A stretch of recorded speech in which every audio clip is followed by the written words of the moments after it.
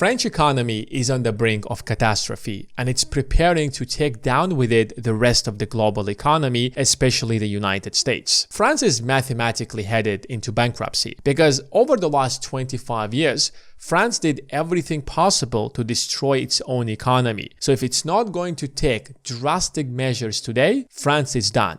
And it's going to trigger the 2008-style financial crisis that is going to wipe out the US economy. In this video, I will show you exactly what is wrong with the French economy and why the United States should be worried. The French government has one of the largest welfare programs in the world. In total, the government will spend this year about 1.7 trillion euros, and 90% of those spendings are going to be mandatory, such as pensions, healthcare, and the military.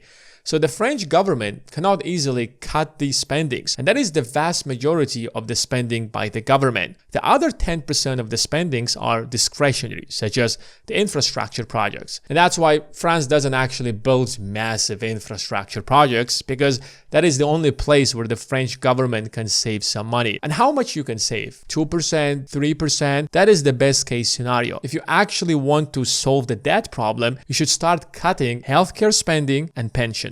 The French government is weird. You can't just fire civil servants.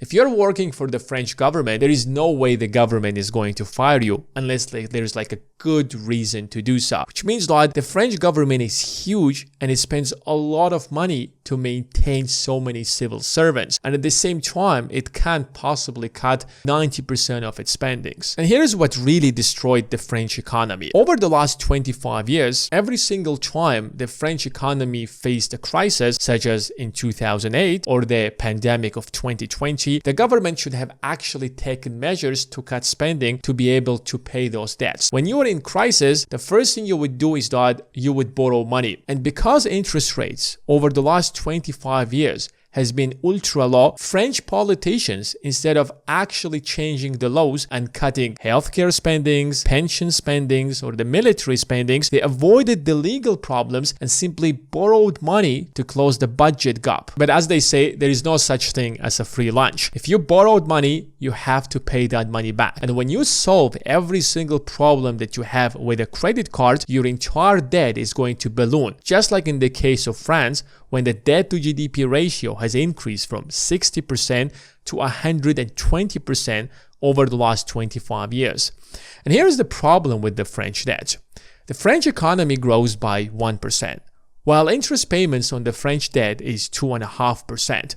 So interest payments are growing 2.5 times faster than the size of the French GDP. You don't have to be a genius to understand that when your debt is growing 2.5 times faster than your income, it is going to be a lot more difficult to pay that debt. And here's what makes the situation a lot worse. Inflation will keep increasing mandatory spending.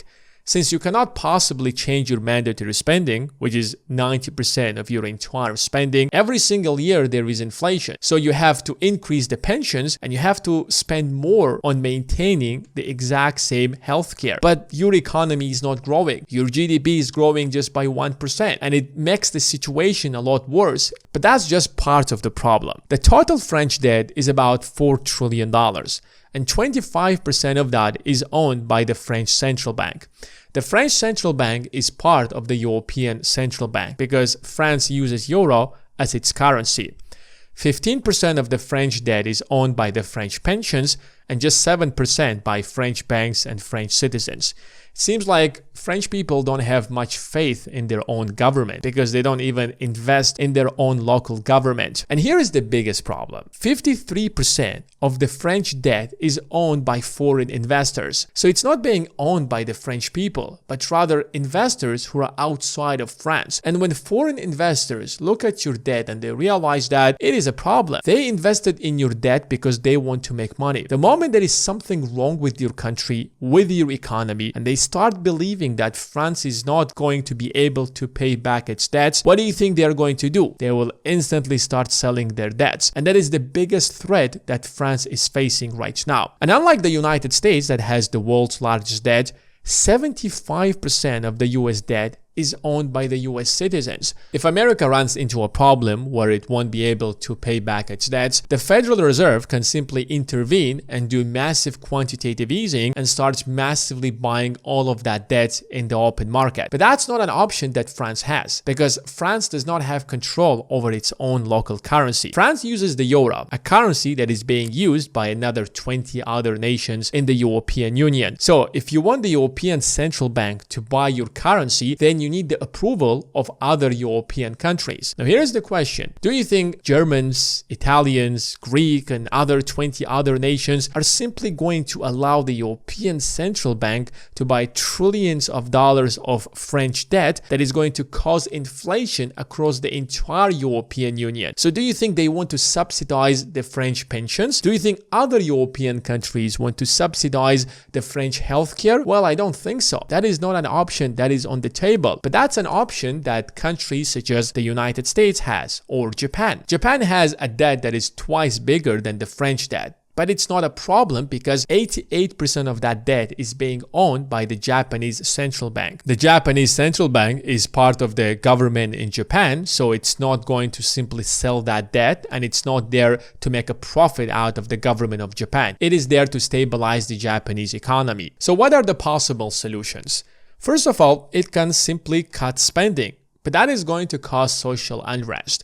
Do you think there is a French politician that is going to say that, listen guys, our predecessors completely screwed our economy and it's time to pay back our debts. So we are going to cut the pensions by 20%. We are going to cut healthcare by 50% in the next 5 to 10 years. I think that kind of news is going to create a civil war in France, because if there is even a slightly political instability in France, suddenly you see thousands of people marching in the streets, literally just breaking everything in the streets. That kind of news is going to wipe out and will create huge social unrest. That's why I don't think there is like a French politician that can take that responsibility. The second solution is to default on your loan. You will basically tell investors, listen, I don't have money, I can't pay you back, so I'm just declaring bankruptcy. But that's also not an option that France can take, because France issues its debt in euro since it uses the euro, and if it's going to default on a European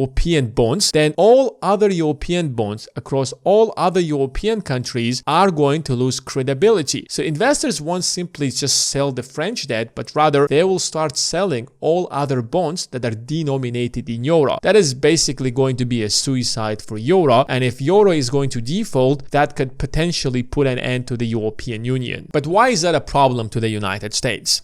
The French debt mostly is being owned by the European countries, Middle Eastern countries, and Asian countries. But here's the problem.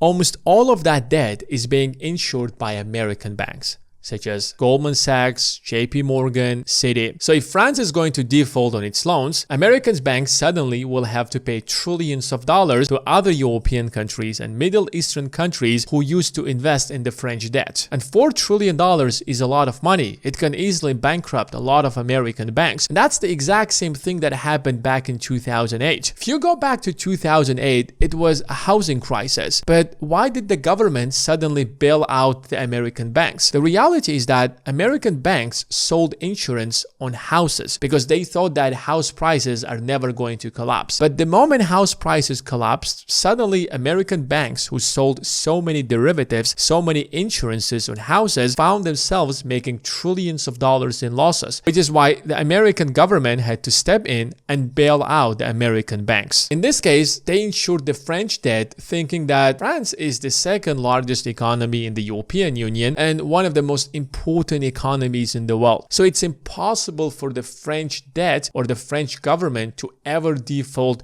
on its debts, which is why they sold trillions of dollars of insurances of French debt. But right now, the French government mathematically can never pay off its debts, and it's on the brink of catastrophe. So if it's not going to pay back its debts, it is going to create a huge crisis in the United States, potentially as big as the crisis of 2008. And if you want a step-by-step guide on how you can profit from this crisis, then check out the Investing Academy. The link is going to be in the description of this video.